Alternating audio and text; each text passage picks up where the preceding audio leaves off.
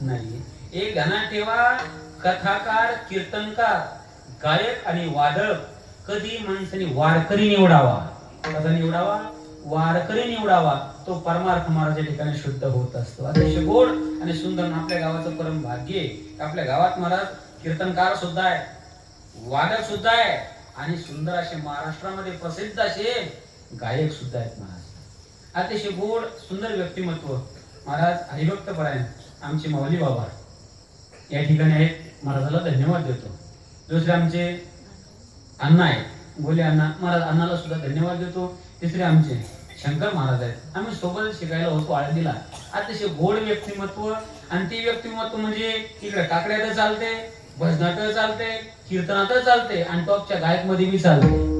महाराज सोहळ्यामध्ये दिंडी पवन महाराजाची, अख्ख्या दिंडीचा काकडा दिवसभर जरी भजन म्हणायचं, चाली बदलून बदलून तरी म्हणायचं.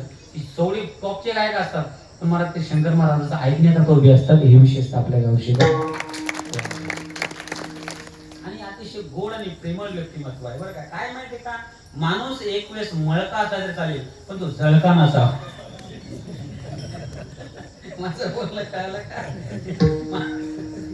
काय काय माणसं असे आहेत महाराज, लेकरू जर कीर्तन करायला लागेल ना, ते असे असतात महाराज पुढे बसलेले, असं वाटतंय की आपण निघून जा, नाही ते कीर्तन करू द्या. बरोबर आहे की नाही? अशी या ठिकाणी पण सर्व प्रेमाची मंडळी आहेत, अतिशय गोड मंडळी या ठिकाणी. मला सर्वात माझ्यावर प्रेम करणारी माणसं आहेत आणि सर्व या ठिकाणी महाराज हे आपलं गाव काय माझ्या करता काही नवीन नाही. कारण का हे सर्व या ठिकाणी दिंडीच्या माध्यमातून, सोहळ्याच्या माध्यमातून महाराज भेटी होत असतात. अतिशय गोड या ठिकाणी सर्व वातावरण खूप छान आहे. आपले तबला वादक फक्त बालाजी बुवा सुद्धा आहेत महाराज.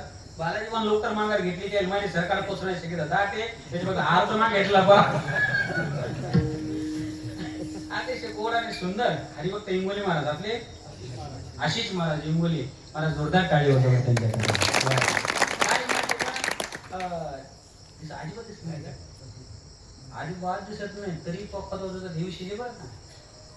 मी पहिल्याला असं केलं, ते मागच्या पुढेलच का वा मागे पुढे उभा हे संभाळले. बरोबर आहे का नाही? पाठीमागे येतात. अतिशय गोड लेकरू आहे.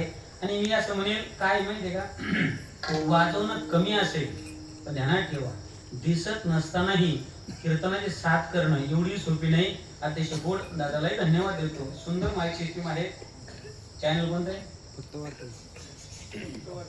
फक्त वारकरी. हा फक्त वारकरी विषय फक्त वारकरी चालू आहे आपल्याला. पण विशेष महाराज फक्त वारकरी चॅनल आहे. फक्त वारकरी गावातून सुद्धा नाही, पण तुम्ही वारकरी निवडताय हे विशेष आहे.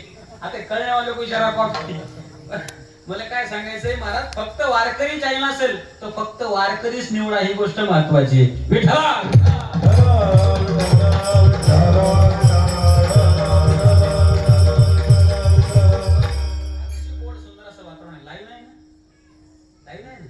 आणि एक विनंती करतो, काय विनंती, कीर्तन पूर्ण टाकू नका, थोडी कट शॅट पूर्ण एखादा भाग टाकून द्या बस. लय मग टाकूच नका.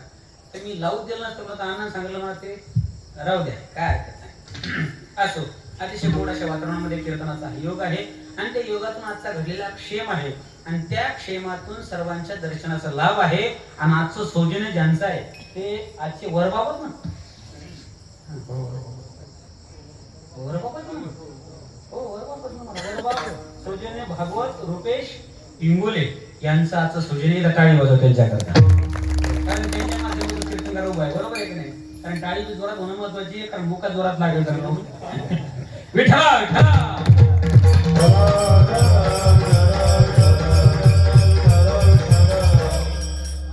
कीर्तनाची वेळ आहे आपली 8 ते 10.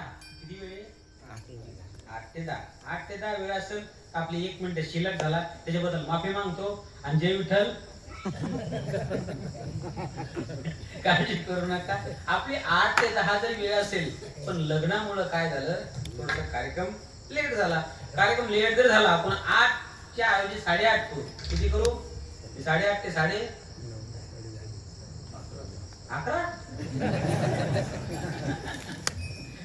ऐका आपली कीर्तनाची वेळ लांबत गेल्यामुळे आपण 9 ते 11ची वेळ ठेवलेली आहे. बरोबर आपलं कीर्तन कितीला सुटेल? बोला, किती सुटेल? आपलं कीर्तन 11ला सुटणार नाही. ज्यावेळेस कीर्तन सुटेल त्यावेळेस 11 वाजले.